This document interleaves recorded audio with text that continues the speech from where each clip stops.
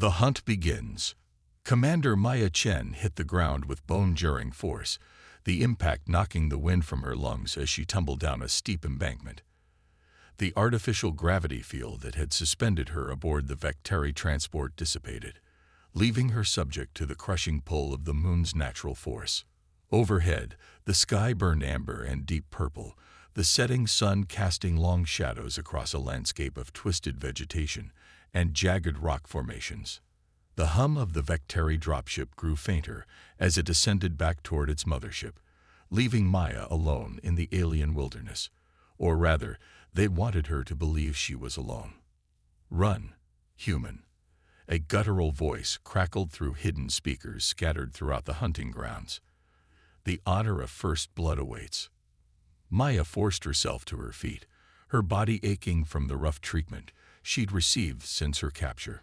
What had started as a routine reconnaissance mission at the edge of disputed space had ended with her waking up in chains aboard a Vectari warship, surrounded by 8-foot-tall reptilian warriors with gleaming black scales and predatory eyes. The Vectari Empire, the self-proclaimed apex predators of the galaxy, had a tradition stretching back millennia, capturing worthy opponents from species they encountered and hunting them for sport on specially designed game preserves. Humans were relatively new to the galactic stage, but their resistance against Vectari expansion had earned them a special place of contempt among the Imperial hierarchy. Commander Chen, former Terran Special Forces, now commander of the Ghost Daggers, the Vectari High Marshal had hissed during her presentation to the hunting party. "We expect you to provide us with exceptional entertainment before you die." Maya assessed her situation. They'd left her with nothing but the clothes on her back, a sweat-soaked tactical shirt, reinforced cargo pants, and her combat boots.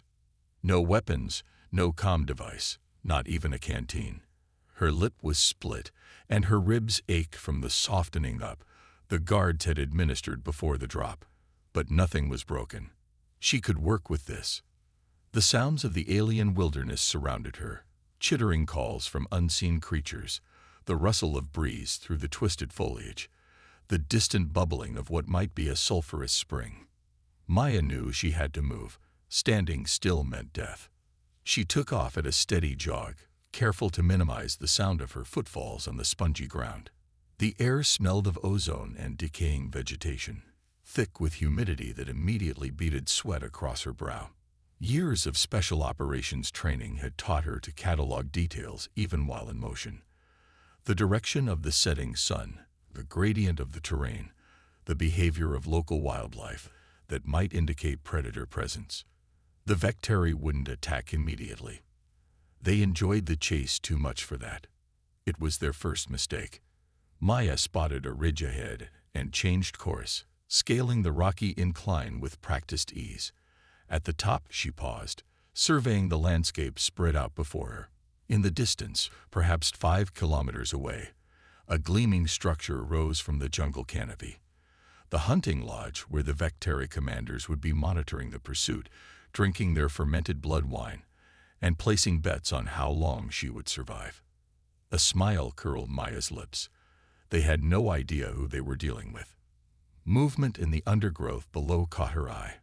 3 Vectari hunters, moving with the silent precision of apex predators, their scales shifting color to blend with the surroundings. Each carried a ceremonial hunting spear tipped with energy blades that could slice through battle armor like tissue paper. One also wore a bandolier of throwing knives across its chest. Maya remained perfectly still, controlling her breathing as the hunting party passed beneath her position. The Vectari relied heavily on movement detection and scent. If she remained motionless in the slight breeze blowing toward her, she might avoid immediate detection. When they had passed, Maya slipped down the opposite side of the ridge and doubled back in a wide arc. The Vectari expected her to run away from their hunting lodge, deeper into the wilderness. Instead, she would move toward it. After acquiring what she needed, hours passed as Maya methodically stalked the perimeter of the hunting grounds. She found a small stream and quenched her thirst, careful to test the water first by dabbing it on her skin to check for reactions. The 3 moons of the planet rose, casting an eerie blue-green light across the landscape and eliminating the need for night vision equipment, which would have been an advantage for her human eyes over the Vectari's heat-sensing vision. A sudden rustling in the brush ahead sent Maya into a crouch. The lone Vectari scout emerged, moving quickly but carelessly, a younger one, eager for glory. Maya noticed the communication device at its hip, her first objective. She waited until the hunter passed her position, then moved with explosive speed. Her attack was silent, precise, a technique developed specifically for dealing with physically superior opponents. The Vectari barely had time to register the attack before Maya's forearm compressed its throat, cutting off both air and the ability to call for help. Its clawed hands scrabbled at her arm, drawing blood, but Maya maintained the hold until the creature went limp. She stripped the unconscious hunter of its equipment, the communication device, a wicked hunting knife, a water purification tool, and a small medical kit. Most valuable was the hunter's locator, which would show the positions of other hunting parties. Maya considered using the Vectari's own ceremonial spear, but discarded the idea. It was too unwieldy for her fighting style, and the energy blade would make her too visible in the darkness. Maya dragged the unconscious hunter into a hollow beneath a twisted tree and continued her journey, now armed and better informed. According to the locator, there were 12 other hunting parties spread throughout the preserve, plus a contingent of guards at the hunting lodge itself. By dawn, she had claimed 2 more victims, each time using stealth and surprise rather than direct confrontation.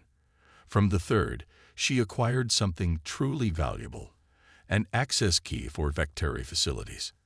As the alien sun crested the horizon, Maya crouched at the edge of a clearing, studying what appeared to be an abandoned monitoring station, a small outpost the Vectari had likely used during the construction of their hunting preserve. If it contained a long-range communication array, she might be able to send a message. The Ghost Daggers, her elite squadron of special operatives, would be searching for her. They just needed to know where to look. Maya approached the station cautiously, watching for traps or sensors. The doors slid open with a hiss when she applied the stolen access key, revealing a dusty interior filled with deactivated consoles and equipment. The Vectari had left it intact, probably intending to use it for future expansions of their hunting grounds. Working quickly, Maya activated the primary systems, bypassing security protocols using techniques she had learned during operations against other Vectari installations. The communications array powered up with a low hum, and Maya's fingers flew across the alien interface, composing a message in a special code only her team would recognize. The broadcast would be brief, just long enough to transmit her coordinates and a situation assessment before the Vectari detected the unauthorized signal. As she initiated the transmission, an alarm blared from the console. "Clever human." The voice of the High Marshal crackled through the station speakers. "But futile. Whatever signal you've sent will never reach your people." The game, however, has become more interesting. Maya smiled grimly as she slipped out of the station. The High Marshal was wrong on one critical point. The message had gone through. Now it was just a matter of surviving long enough for the Ghost Daggers to arrive. Outside, she could hear the hunting parties converging on her position, drawn by the alarm. Maya moved deeper into the jungle, already planning her next move. The Vectari thought they were the hunters, but Maya had spent her entire career turning the tables on enemies who underestimated humanity. As the sounds of pursuit grew louder behind her, Commander Maya Chen felt something she hadn't experienced since her capture: hope. The Vectari had made a critical error in judgment. They had chosen her as prey because they thought humans were weak, easy targets for their sport. They were about to learn how wrong they were.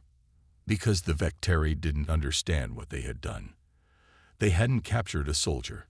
They had captured the commander of humanity's most lethal special operations team, and the Ghost Daggers would be coming for their commander. The hunters were about to become the hunted. Predators become prey. In the cold silence of deep space, the Terran stealth frigate Nemesis cut through the void like a phantom, its experimental cloaking technology rendering it virtually invisible to conventional sensors. On the bridge, Lieutenant Commander Raven Santiago stared at the decoded message displayed on her tactical screen, her expression hardening with each word.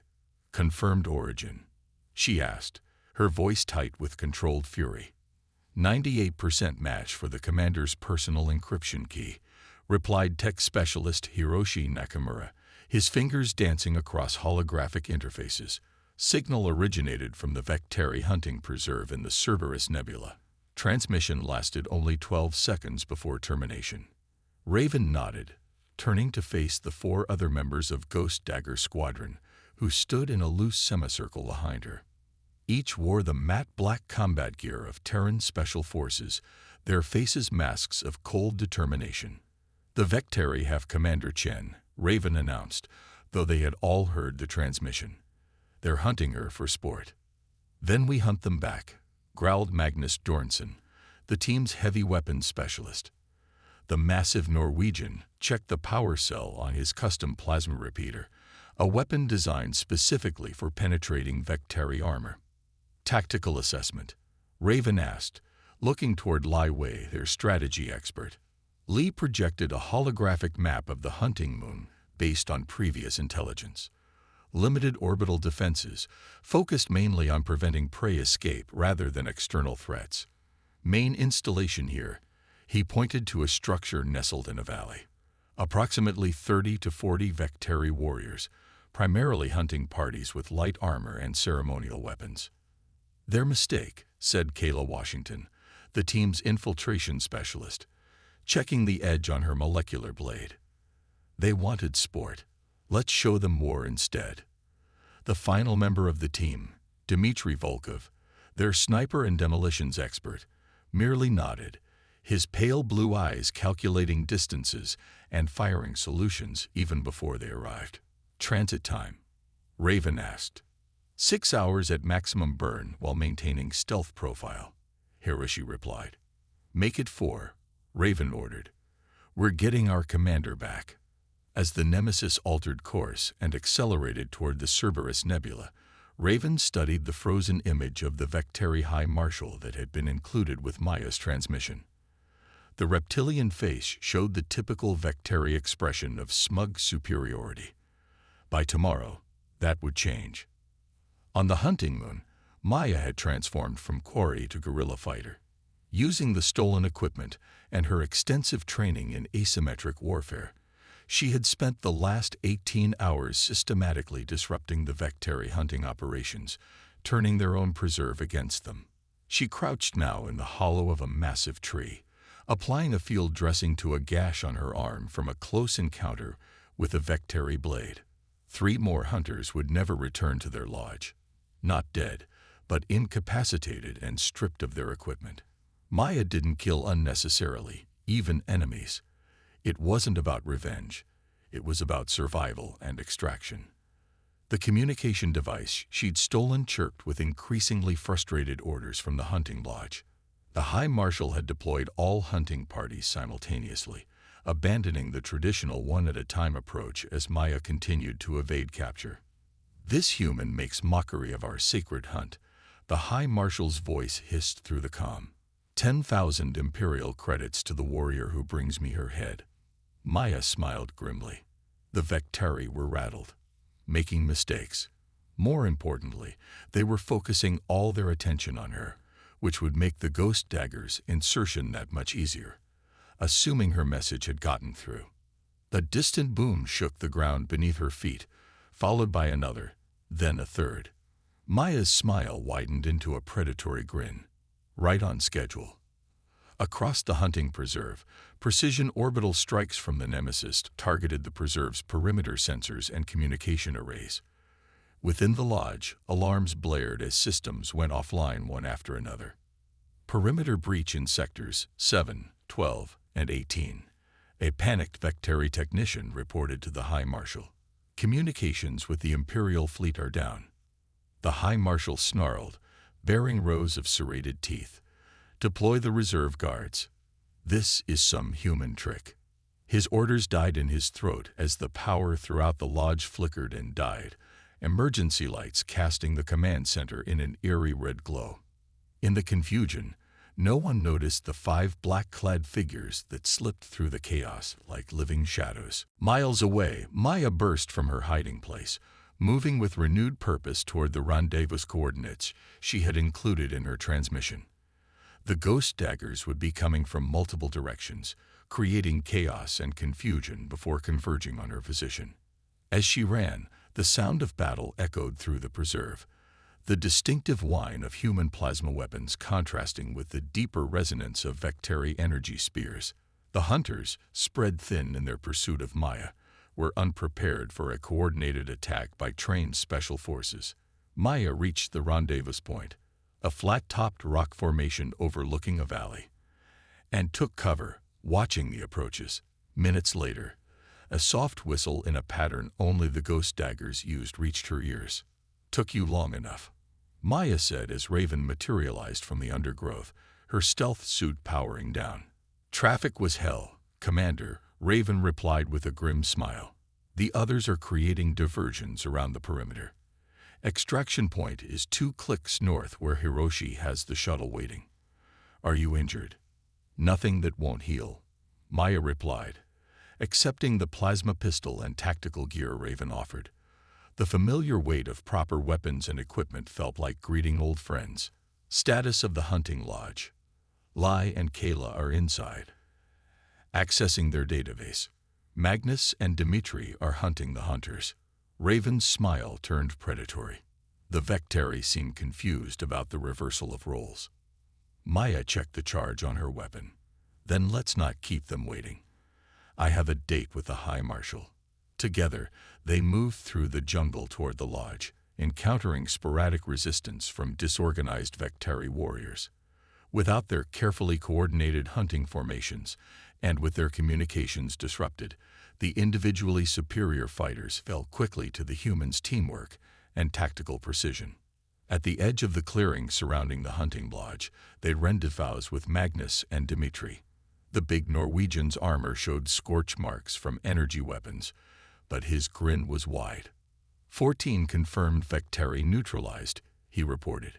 They fight well individually but panic when their hierarchy breaks down. Sniping positions established around the lodge perimeter. Dimitri added in his quiet Russian accent, "No one enters or leaves without our permission." Maya nodded her approval. "And inside?" As if in answer, their comms crackled to life. "Commander, it's Lai. We've secured the command center and downloaded their hunting records. You're going to want to see this. There are records of dozens of other species they've hunted here, some to extinction." "And the High Marshal?" Maya asked. "Barricaded in the trophy room with his personal guards," Kayla replied. 6 of them, heavily armed. Maya considered her options. Keep them contained. "We're coming in." The ghost daggers breached the hunting lodge through a service entrance, moving with practiced precision through the ornate corridors. The walls were adorned with trophies, skeletal remains, and preserved specimens from countless hunting expeditions across the galaxy. Maya felt a cold fury building inside her at the casual display of interspecies slaughter. They reached the command center where Lai and Kayla had established control, disabling the lodge's remaining defensive systems and securing the Vectari staff. "The High Marshal has requested terms," Lai informed Maya as she entered.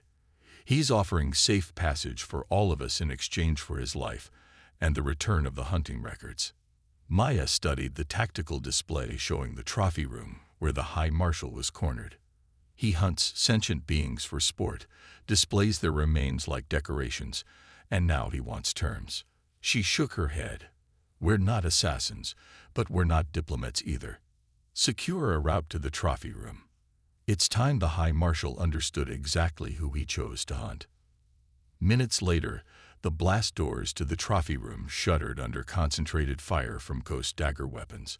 When they finally gave way, Maya stepped through the smoke alone, her plasma pistol held casually at her side. The High Marshal stood amid his collection of trophies, his personal guards forming a protective semicircle around him.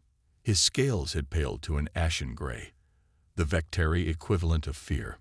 "Commander Chen," he hissed, trying to maintain his dignity. Your escape was impressive. Perhaps we underestimated human resilience.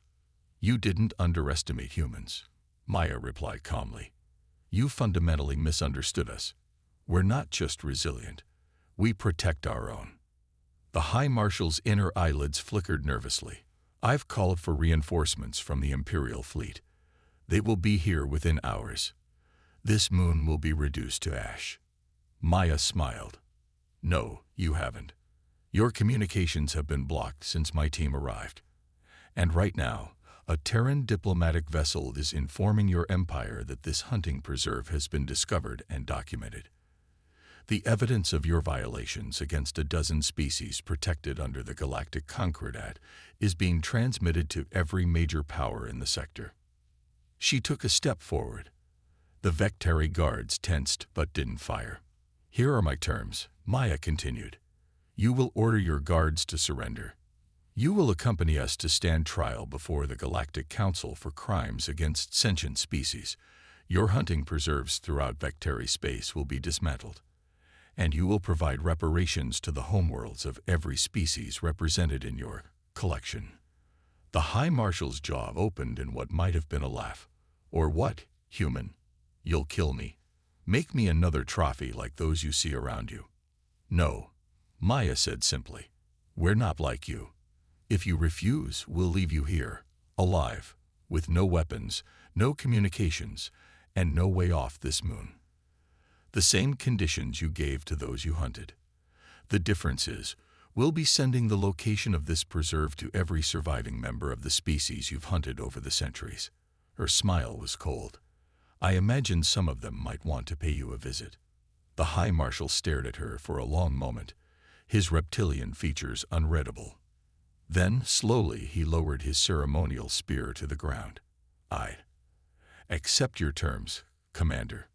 24 hours later, the ghost daggers stood on the bridge of the Nemesis as it broke orbit from the hunting moon.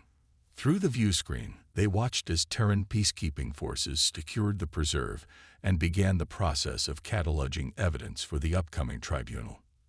The Vectari Empire is claiming the High Marshal was acting without Imperial sanction, Hiroshi reported, reading the diplomatic chatter flowing through their communications array.